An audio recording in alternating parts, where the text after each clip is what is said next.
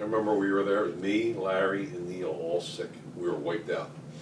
He came a house visit, and at the time, a house visit was probably like $12 or $15, which is a lot of money to come to the house. It was probably like $8 to go to a regular.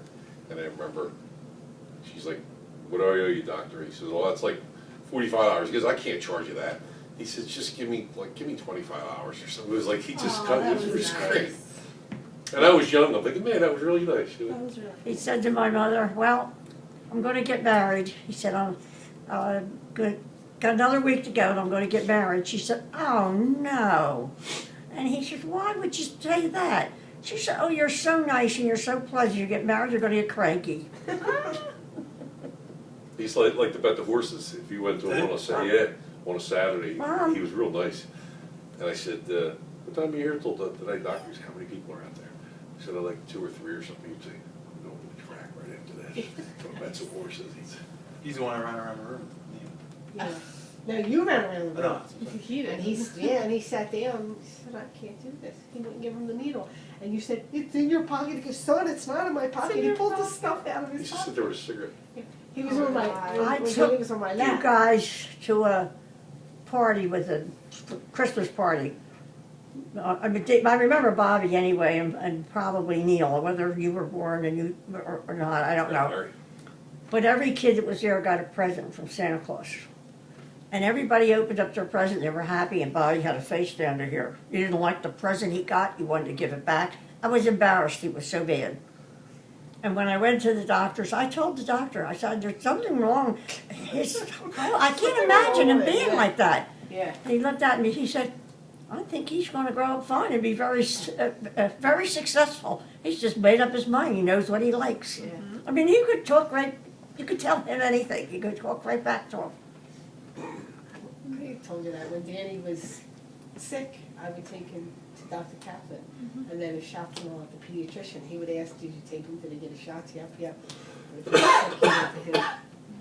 Because when I was trying to talk him in to get him a needle. I said to him, "Well, what's going to happen if you don't get a needle?" He goes, "You just got to take the medicine home." He goes, "We'll give it a shot." You know, he's explaining.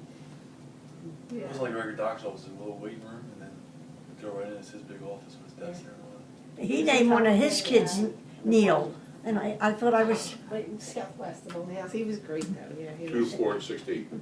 I said, "How come you named one of yours Neil?" He said, "I don't know, I must have been talking about you in my sleep or something." Theodore Street shooting? You also told me, when Betty Ann was going to Sky, his name was Guy DeBellis, now you know. Right, And I said, Your "I guest was understand on the Mrs. same DeBellis show. comes to you." He said, "Yes, and don't get friendly with her, she's a you were hypochondriac." down there. Oh, God. Dottie lived Just there. felt like you were talking to an Johnny old Dalton. friend when you talked I to said, oh him. yeah. And then I remember Dottie going to and leave, and he's Johnny like, Dalton. "Okay, hon." And he's And walking me to the door, and then he walked They out of the were, office and to the door, I and said, I'm "You like, know, "Okay," and he Dottie goes, said, "It's our uncle." "Okay," and like he was acting weird. I said, "Oh my God, I forgot to pay him," but he was not saying. But He Johnny didn't said say something give you different. $20, and that was it. Yeah. Yeah. She said, "Oh my God, yes, my Aunt Anna, my pop's sister, she lived there. She died in that house at 95 years old." Yeah, so that she would be a Manzel thing, not my. I was thinking of my grandmother. But Johnny said Pat McGoldrick.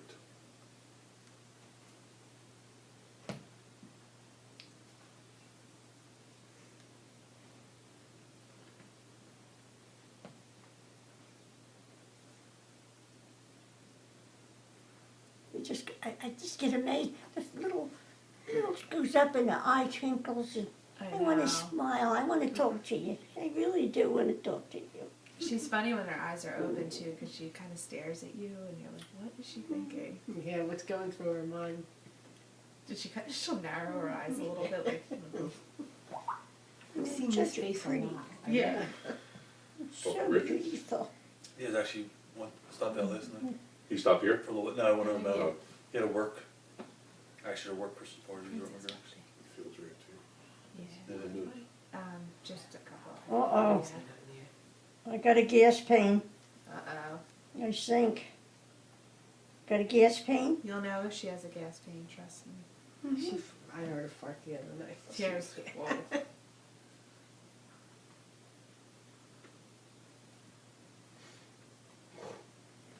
It's amazing there's 90 years difference. is amazing. Yeah. You were born 90 years before her. Pardon? You were born 90 years before her. Yes, indeed. Yep. I was thinking the other day, my God, isn't it 90 years and a couple months already? Who was the president when you were born? Who was the president? Who was the president when I was born? 24 or 19? Coolidge, I think. I think it was President Coolidge, but I don't remember. Calvin. Oh, I remember my mother talked, the only time she ever talked politics was, I think it was at Hoover. It was running, and his saying was, car in every garage and a chicken in every pot. And she said, yeah, nobody's got a garage, and nobody's got a pot. She didn't like it. Some things haven't changed. Said, Some "What?" things have never changed. It's all, yeah, How much was gas when you were born? it's probably- Yes. I don't know, I have all that at home. I was just telling your father, I had these two therapists that come twice a week, and they're always asking me questions, because to them, to hear them, I'm something different. I move good for them, I answer their questions, we have conversations, and evidently, they think I'm doing pretty good for 90, so they jostle me along and ask me a lot of questions and things.